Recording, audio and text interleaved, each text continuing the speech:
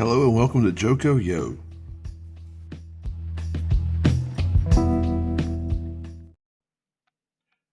Hey, so Henry Clay is one of those guys in American history that you know we it's really easy to go over the time period in which he was in American history and in terms of American politics. It's very easy to go over that period and maybe give him a shout out on this thing or that thing, like he was in war hawk for the War of 1812. You may remember like the Missouri Compromise, and then say his name and then move on, and then I mean you remember the big guys, you remember the Lincolns and the Grants maybe, and even before that you might remember the Andrew Jacksons, but Henry Clay it spans like all of that. And the reason why I'm mentioning Henry Clay, no, he's not from North Carolina, and even more, he's not from Charleston County, North Carolina, or even Wake County. Um, he's from Kentucky, but but we see Henry Clay. There's a reason why we're doing this. We see Henry Clay being involved in things that really.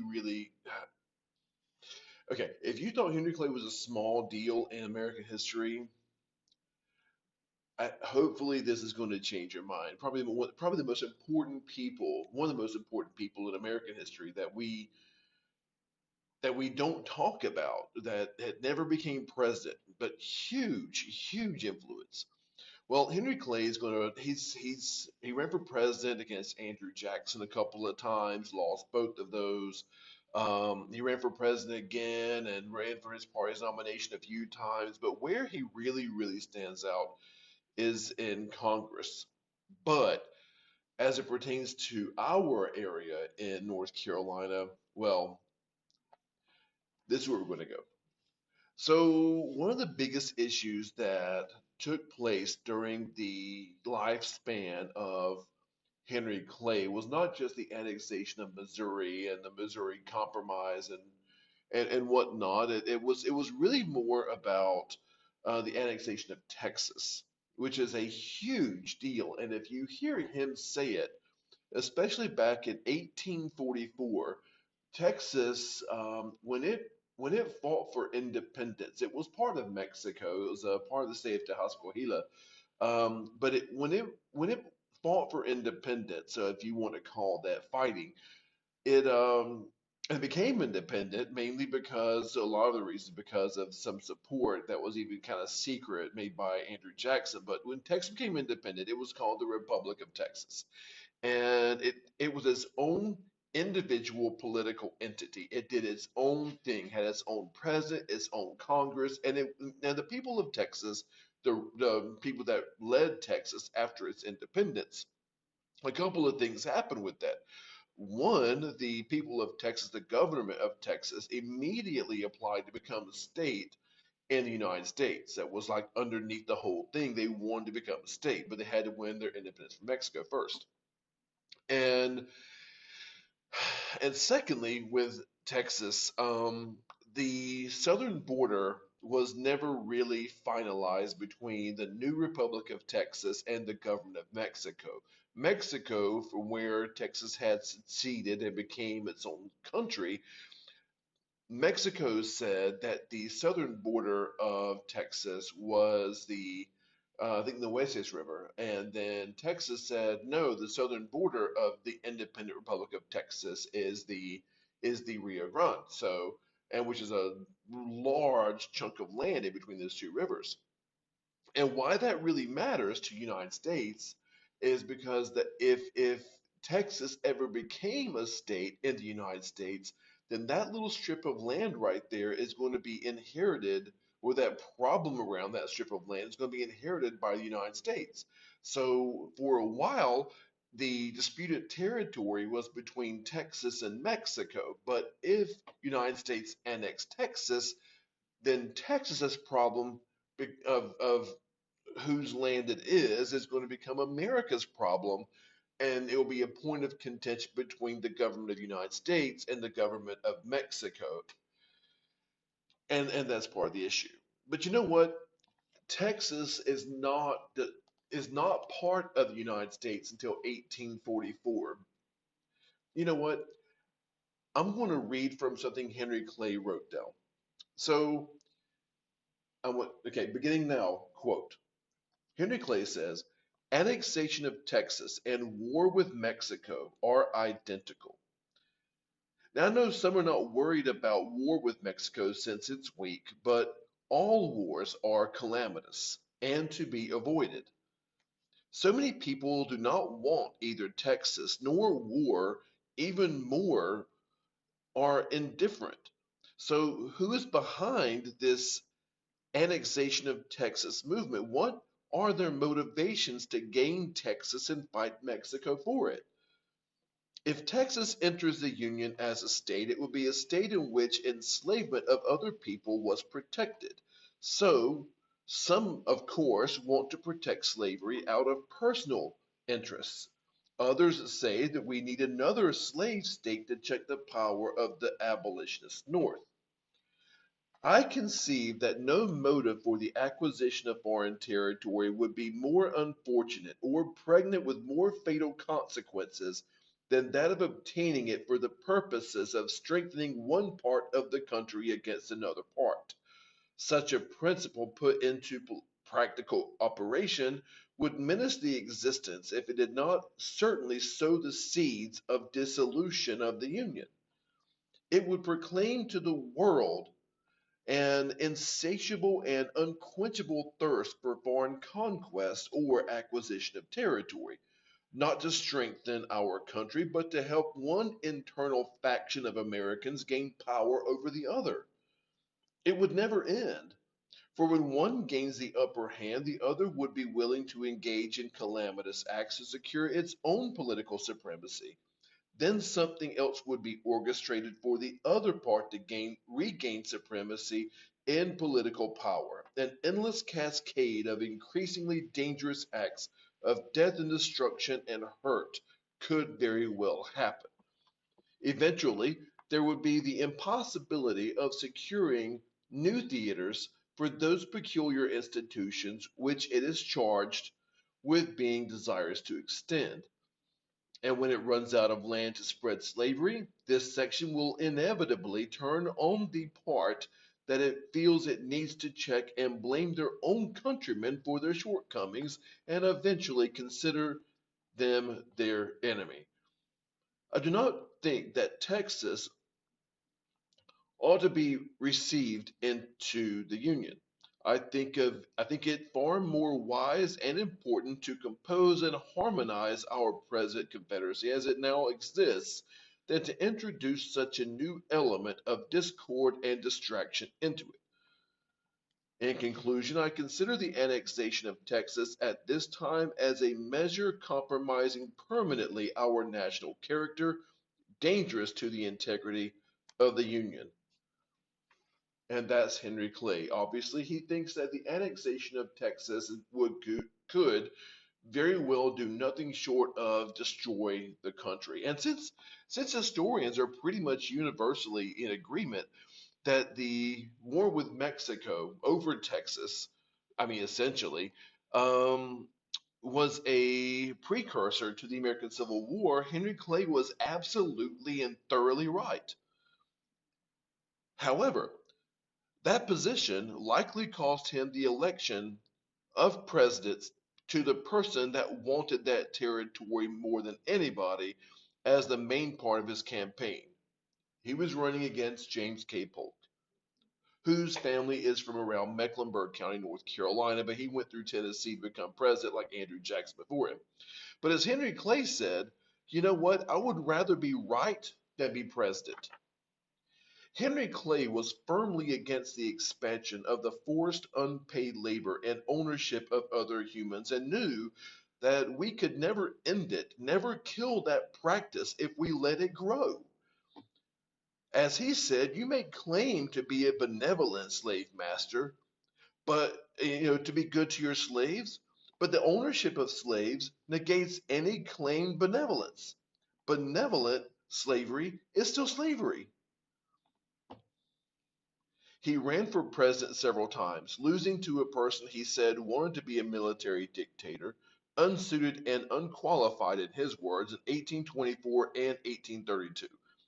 But the 1844 election he saw as his best chance. See, after the Jackson presidency, which Clay saw as coming close to a military dictatorship, Van Buren's term was full of negative stuff, from the Trail of Tears to a full on recession, which was our very first, really. Then Clay's friend ish, William Henry Harrison, was elected, only to die after a month on the job. Again, a first. No president had ever died in office before then. And then a succession crisis happened. John Tyler was deeply unpopular and unliked by all parties. He was seen by most as unqualified and unelectable. The newspapers even called him his accidency. Oof. But he finished Harrison's term in 1844. And this is where we are. Henry Clay in 1844 had more experience in federal government than nearly anyone else, from Congress to Secretary of State, and he thought that the people would want stability. They would crave stability and qualifications and unity after more than a decade of topsy turvy leadership. He clearly did not know Americans. Besides, nobody else was running, not really. I mean, the only real possible competition might be this guy from Tennessee that no one had ever heard of, but that guy liked to present himself every chance he could as the new Jackson, saying that they knew each other, but that's pretty much all that guy had. And knowing that's all he had, that guy, James K. Polk, knew he needed to make himself a one issue candidate. And that issue just had to hit people's patriotic nerve hard. He had to serve American pride, and at the time, the thing that was on the patriotic nerves of many Southern slaveholders was the Texas situation, who they wanted to join the Union as a slave state. Mexico, who claimed it, had threatened the United States not to annex Texas and warned us of war if we tried, and that is what James K. Polk made his one issue. Credit Polk for this. He knew just how potent and how appealing to American patriotism is. Even then, only in America can people truly believe that we are always in mortal danger despite being the most dominant military power that's ever existed. Only America. Polk understood that in national American politics, sensationalism trumps substance most of the time, sadly, and he manipulated it, just like Jackson did before him. Clay's mistake was in underestimating that and underestimating him. And when Clay figured it out, he decided that he had lost the vote of the Deep South slave owners, or the people that had the most to gain from another slave state's votes in Congress. So he concentrated his Southern campaign, if you could call it that, on the states where the peculiar institution of slavery didn't dominate everything as much as it did in those deep Southern states. Those deep Southern states whose life or death did not depend on the expansion of slavery to the extent of, say, South Carolina, Georgia, Mississippi, etc.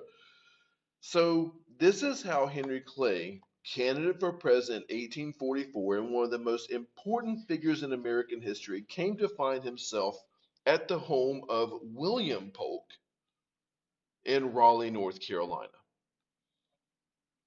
In response to the question about how he feels about the U.S. annexation of Texas, the topic, the one issue that James K. Polk had in his pocket was running on, Henry thought that he needed to clarify his position. He wanted to show that his interests were for the country, not for the slave owning, vocal, loud mouth faction. His patriotism was clear, logical, understandable, and calm. Clay's version of America, his love of America, especially as it regarded the annexation of Texas, was written plainly under a tree in old Raleigh. Very clearly thought, very delineated, and submitted to a newspaper in Washington as soon as he returned. And this letter that I was just reading from the very beginning was called the Raleigh letter. And it, most historians say, is probably one of the two things that cost him the 1844 election, his best chance. However, it won him the electoral votes of North Carolina, a state in which James K. Polk was born, but he maybe won the battle, but he lost the war. Historians for years have said with abundant evidence that had the Mexican-American War, President Polk's signature move, not happened, the American Civil War would not have happened either, at least not then or how. Polk also went after the entire Pacific coast, getting California, setting off the gold rush, and subsequently starting off another major crisis, which led to the American Civil War and generations of relationships with its neighbors, which have not always been cordial. It expanded slavery, and the resulting effect happened nearly exactly as Clay predicted in his letter that he wrote under an oak tree in Raleigh in 1844. He predicted it. Now, President Clay in 1844 likely would have changed everything in American and world history. His defeat was not because of a lack of logic, foresight, or patriotism. He had those down.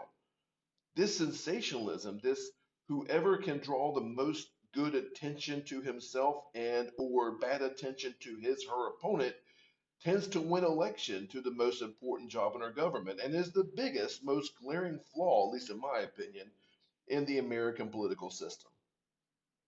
As another president, John F. Kennedy, said in 1860, also in Raleigh, or 1960, also in Raleigh, talking tough does not get results.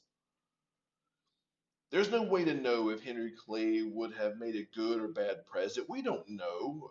He lost his best chance under an oak tree in Raleigh in 1844. We also know that one person was elected president later who said that he helped or he hoped to be the president that Henry Clay would have been and promised to always consult Clay's writings before making any major decision. We do know that a guy was elected that held Clay up as his hero and said he would do whatever Clay would have done.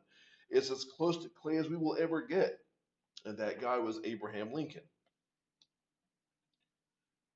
That tree that Henry Clay wrote under, which essentially changed all of American and world history, that tree stood until 1991. It was called the Henry Clay Oak, and it was too diseased. It was cut down. There's a marker there now on the corner of North and Blunt Street in Raleigh. But before they cut it down, the historic tree that changed Western civilization history, well, they got some seedlings, 100 seedlings from that tree, and they sent it to 100 different schools in Wake County to plant on school properties. And there you go. How Henry Clay and a letter and an oak tree changed history right here in our own backyard.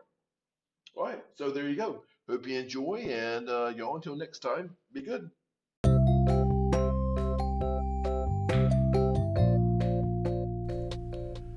And thanks for listening. Until next time, y'all be good.